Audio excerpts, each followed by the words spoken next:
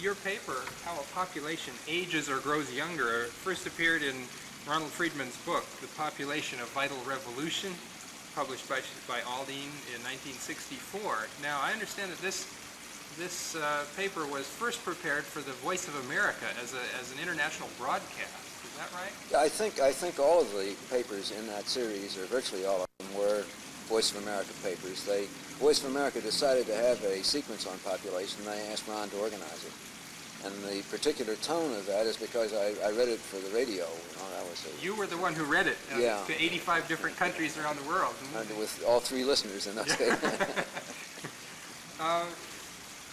The introduction in the volume mentioned an earlier finding of yours about the relative importance of birth rates and death rates for population growth. Specifically, I think that you said something like, if a population were immortal and there were no deaths at all, this still would not make as much difference as a small variation, 15% in fertility. This paper, however, extends that relative importance of births and deaths to the idea of age structure as well, right? Yes, well, actually, the reason I think I was asked to give this paper is that not only had I written this paper about the effect of immortality, but I'd written quite a technical and mathematical paper for a symposium at Cold Spring Harbor on Long Island on how a population, what determines the age distribution of the human population. And that was pretty non-accessible. The one on immortality, to be strictly correct about it, applied to a population with moderately low mortality to begin with, specifically the U.S. in 1950. It wouldn't apply to India in 1920, when the life expectancy was 25 years, because making that population immortal would make it go a lot faster. Okay. Now, the general conclusion in this paper that you stress so clearly is that, based on a population that most of us would be familiar with in most parts of the world, falling mortality would produce a younger population rather than an older population. Yes. Now that was, I think, perhaps the most valuable point in there, and it's something that would be true of India in 1920, because what happens when mortality goes down is that a mortality change that's shared at all ages has no effect on the age distribution at all, because it produces more people at every age, including more children because there are more parents. And if you have more people at every age, then that doesn't affect the age distribution, it just makes the population grow more rapidly. And the point is that in the historical declines in mortality that we've seen all over the world, the biggest differences, the biggest changes, are in infancy and childhood. And that produces more children faster than it increases the number at other ages and makes the population younger. And and I thought that was an important point to make, because it's contrary to what most people believe. And yet that would be the normal pattern in mortality decline. Exactly. For a population to get younger. Right. Now, that wouldn't always be the case, though, would it? Well, and it happens that you can't just logically can't continue to have the biggest decreases in mortality in infancy and childhood. In the most advanced countries now, only about 8 per 1,000 of children born die in the first year of life. And there's no more room for reductions in mortality in infancy and childhood. And it's still true, however, that the highest age attained is slightly over 100, and in fact there are very few people survive to as high as 100, even in the lowest mortality countries in the world.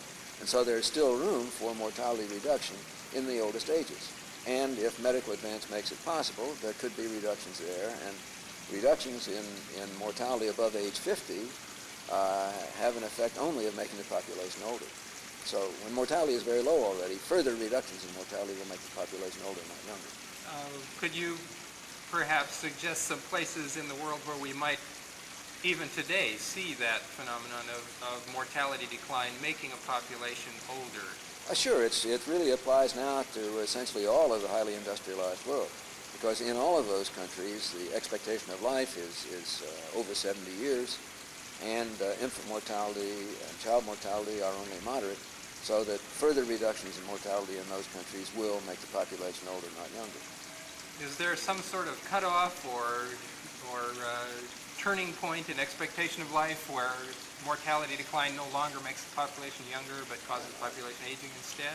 Well, it's not absolutely distinct because the relation between child mortality and older age mortality is not the same in all countries, but it would be, I would say, probably around the life expectancy of 55 or 60 where that would begin to be true.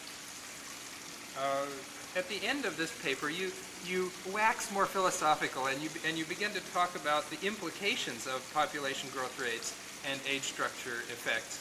And you decide that although death rates in decline often produce a younger population, that in the long run, in the longer term, these lower death rates are only consistent with an older population. Now that's really a way of highlighting the effects of birth rates on age structure, isn't it? Yes, exactly. That's essentially the point, that it's true that in the long run of centuries, a very low death rate, a very long average life is inconsistent with a high birth rate because it would produce a continued high rate of increase. And just the logic of compound interest says that if you were to continue a population increase at 2% a year, which was the world rate of increase in the 1960s, that means that in 350 years the population gets multiplied by 1,000. And in 700 years by 1 million. And no matter what the economy or technological change, you can't sustain a substantial positive rate of increase for very long periods. So that the only rate of childbearing that's compatible with a life expectancy of over 70 years we all have now is a low one. And that produces an old population, right. So that the continued, the only possible circumstances in which low mortality can continue is with low fertility as well, and that means an old population. You penned these words a quarter of a century ago. Good guy. How do you assess the progress that we've made since then toward, as you put it, birth and death rates with the same average levels? Well, in the more industrialized countries, the more developed countries, as the UN designates them, the progress has been remarkable and perhaps excessive, in that all of the major less developed countries, with the partial exception of the Soviet Union, are now bearing children at a rate that is not sufficient to replace the population in the long run. The rate of childbearing has gone down below 2.1 children per couple. And so if fertility remains as low as it is in those advanced countries, they will be shrinking early in the next century. So that the arrival at a replacement level has actually been surpassed. What about the rest of the world, though? Well, the rest of the world is a different story. The less developed countries have been growing much more rapidly. They are still reducing their mortality and still becoming younger. And they have begun to reduce their fertility with remarkable, exceptional cases like China, where the rate of childbearing was cut in half in a decade in the largest population in the world. But in tropical Africa, for example, and in much of the Islamic part of the world, there has been no substantial reduction in fertility yet, so they're a long way from, haven't even started yet, to approach this reduction of the birth rate. Professor Sauvy of France has at about the same time, in the early 1960s, written a somewhat similar statement. He said that the rate of population growth observed in the world at that time cannot be sustained indefinitely, but that we must worry about that in order to prevent the mechanism which controls it from being some sort of cataclysm. Yeah. Do you see this sort of prospect for the third world, or not? No, I don't see a likely cataclysm, although you can't rule it out. The kind of difficulty that one sees is that there are many countries, especially those in tropical Africa, where there's a very strong cultural thrust towards continued high rates of childbearing, and it's not a simple matter of making contraceptives available to bring the birth rate down in those countries. You have to change people's attitudes, and it's hard to say with any certainty when that's going to happen. But it was also true that 25 years ago, a lot of my demographic colleagues were saying it was very unlikely that the birth rate would come down in the less developed countries and that they were headed for a calamity. And in fact, the birth rate has begun to come down in a number of them, big ones like India and especially in China. So there's sort of a precedent for reductions that some people didn't think were possible. I don't think that we're going to have famines or Malthusian high mortality as a result of continued population growth in the next generation. I'm more concerned about the catastrophe that can happen to all of us with 50,000 nuclear weapons in the storage in the world and the possibility of a nuclear winter. That could change the whole prospect indeed. Lower the life expectancy to 40 years back in the more developed countries as they sit under the radioactive residue. Sounds rather cataclysmic. Yeah, that could be cataclysmic, but that's...